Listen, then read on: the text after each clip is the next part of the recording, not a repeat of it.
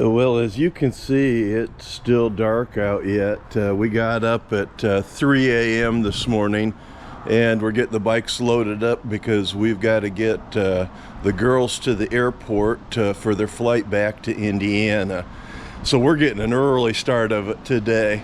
We're going to get them set up at the airport, and then we're going to move to a town about 47 miles away from here, and then wait and make sure that they're on the plane before we take off for Tok. We'll see you then. Our first order of business was to ride to the airport with the girls. Once at the airport, the rental car would be returned, and Cheri would go inside with the girls to make sure they were in the right gate and checked in. Unfortunately, this took a little longer than anticipated, but eventually we were on our way.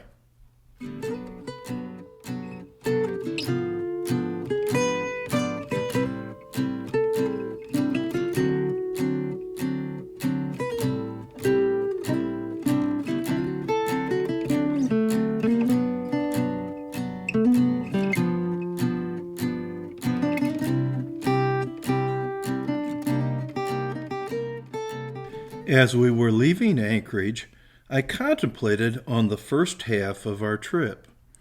Except for Roy's breakdown, things had gone fairly smoothly, and we remained on schedule. Being able to adapt to these unforeseen circumstances is just a part of the trip. However, before this trip is over, we'll be forced with another major curveball.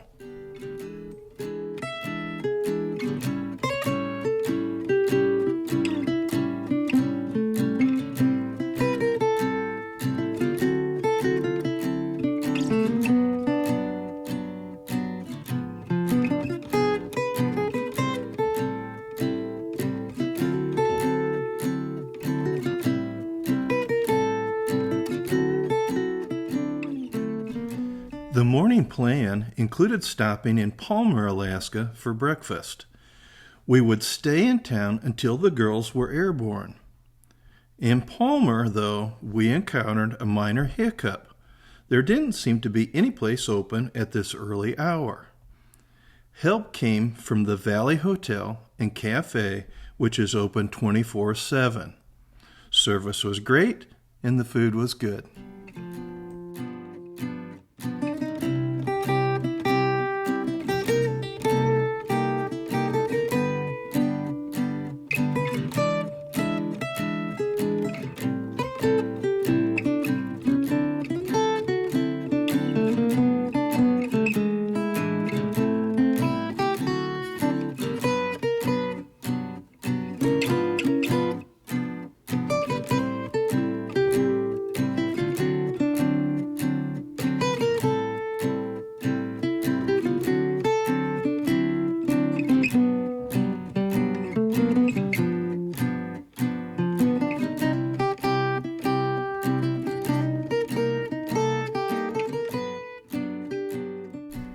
Today's ride will take us across 2 mountain ranges and past a glacier on our way to Tok.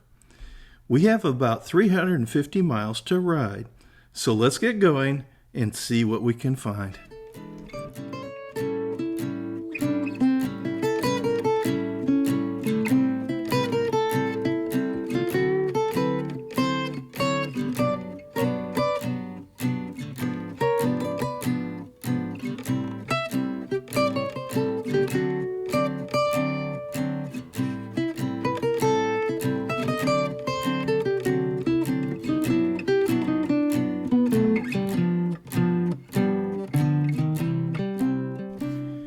We will be following the Matanuska River up into the Alaska Range.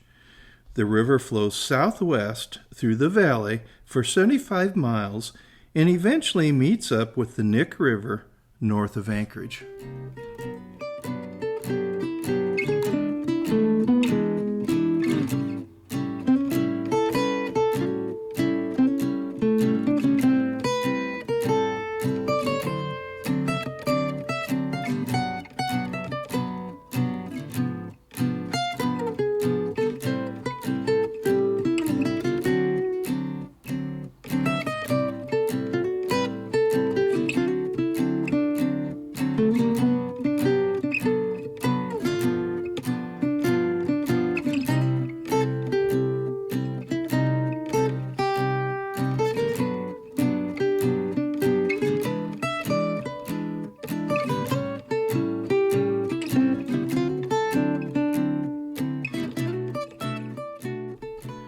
This is a beautiful ride in mostly wilderness. There isn't much going on until you reach Glen Allen, except for the glacier. And it may be worth it to plan a stop here and take a tour of the glacier. It's pretty impressive.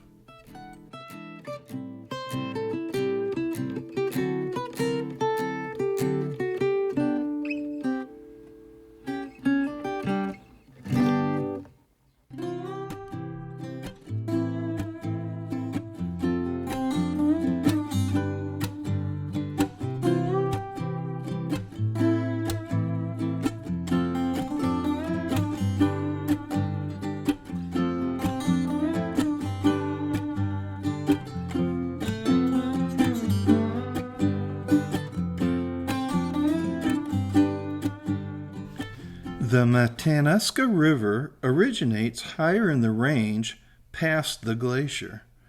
However, meltwater from the glacier supplies the river with much of the flow one sees.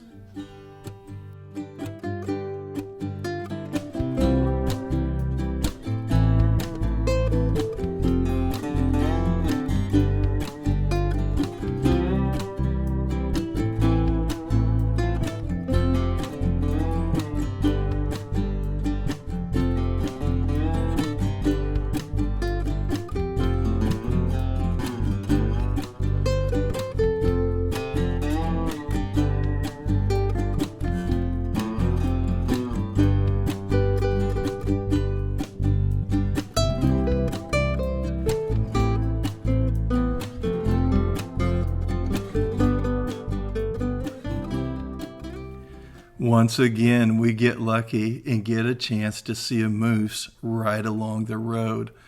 How cool is this? They are such a magnificent animal, and they're huge when you see them in person. A little further down the road, the Matanuska Glacier comes into view. It is 27 miles long and 4 miles wide, and it flows about 1 foot per day. It is the largest glacier accessible by car in the United States.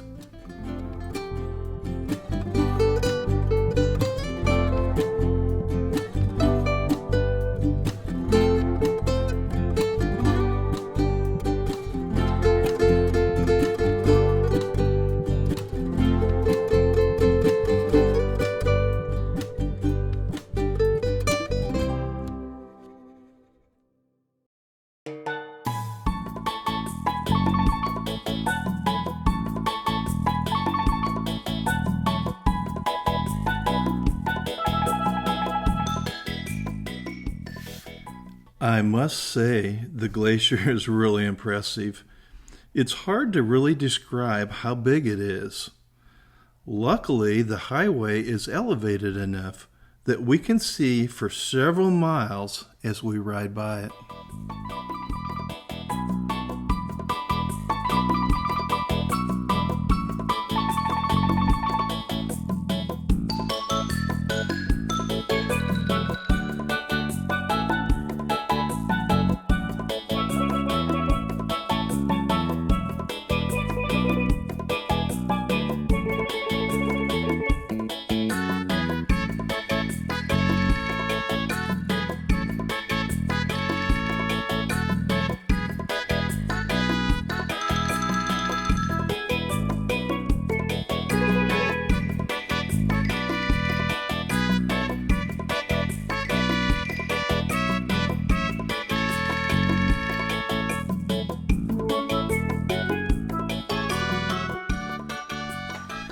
Glen Allen, Alaska is a census-designated area of about 450 residents. It is strategically located at the intersections of Highway 1 and Highway 4. Turning south on Highway 4 will take you to Valdez, and turning north on Highway 1 will take you towards Fairbanks or Tok. We'll stop here to fuel up, eat a snack, and take a break.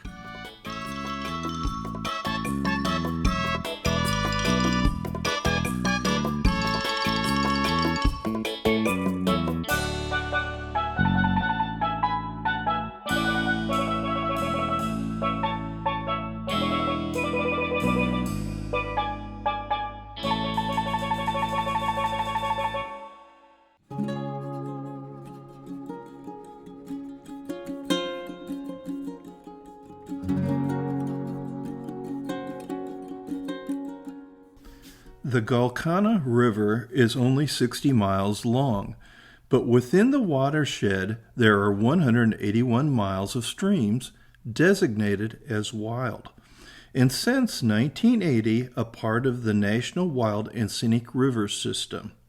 How cool is that? The Copper River is 290 miles long. Its watershed drains a region from the Wrangell and Chagash Mountains, and its delta empties into the Gulf of Alaska. The river is the 10th largest in the U.S. We will continue to follow Highway 1, known as the Tok Cutoff, all the way to Tok. This section turned out to be way more scenic than I ever thought it would be.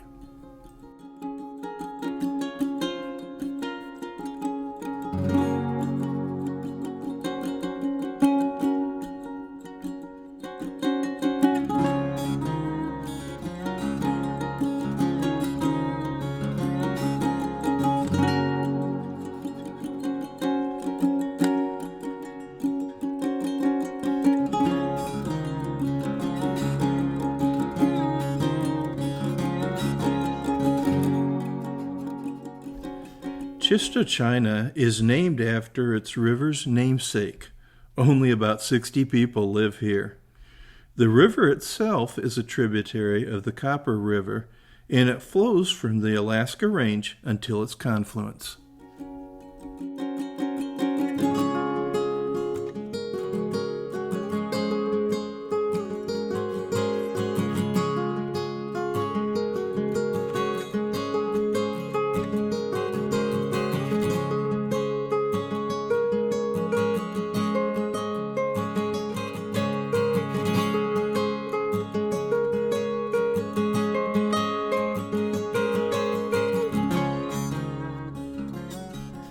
Slaana is an Alaska Native community with about 120 residents.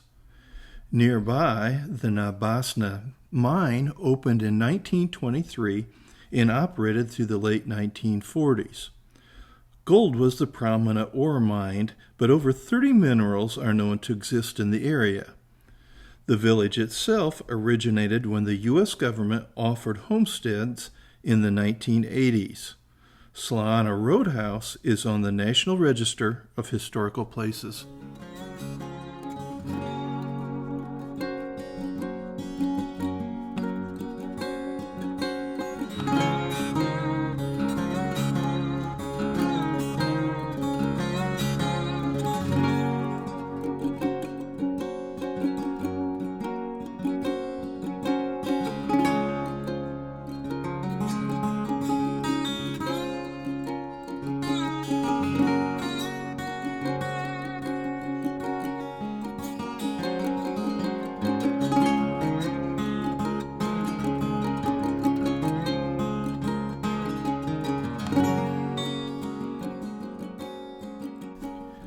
The Slaana River is 55 miles long and is also a tributary of the Copper River. It originates in the Alaska Range near Mount Kimball.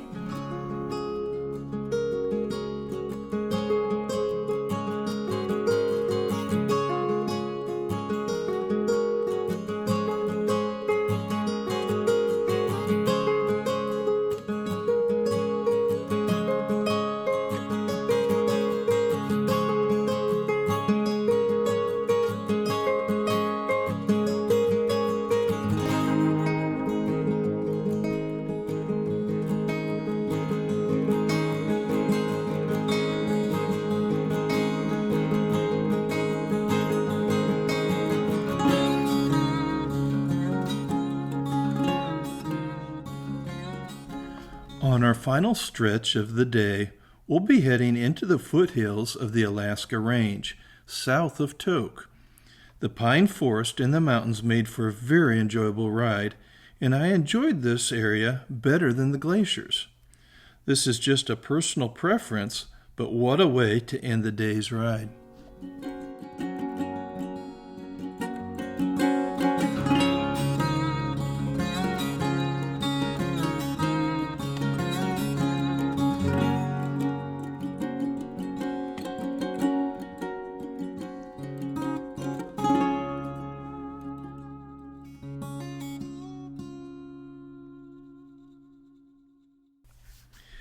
Like many of the highways in Alaska, this highway eventually meets up with the Tok River and follows it northward. The river itself originates high up in the Alaska Range.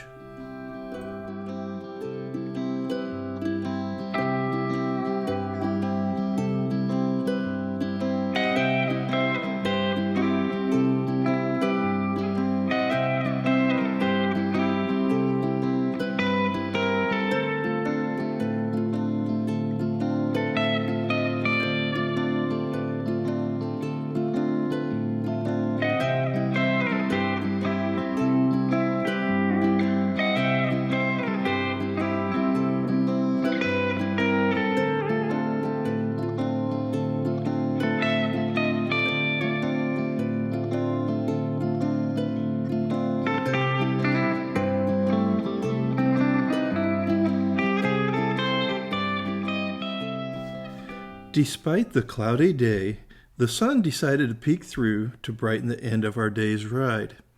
It was almost like Alaska was saying, "I'm sorry for all the rain I caused you."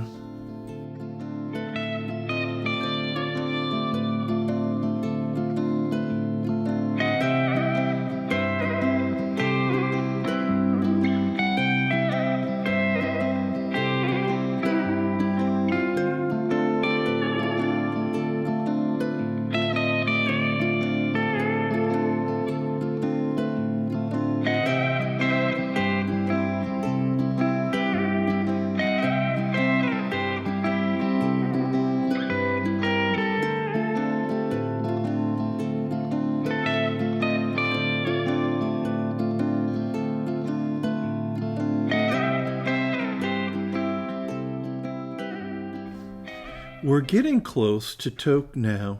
We'll fuel up first and then head to Fast Eddie's for supper. The reality that we will be leaving Alaska tomorrow morning is setting in. In retrospect, I wish I had allotted more time for Alaska. In my opinion, 3 weeks would have been better.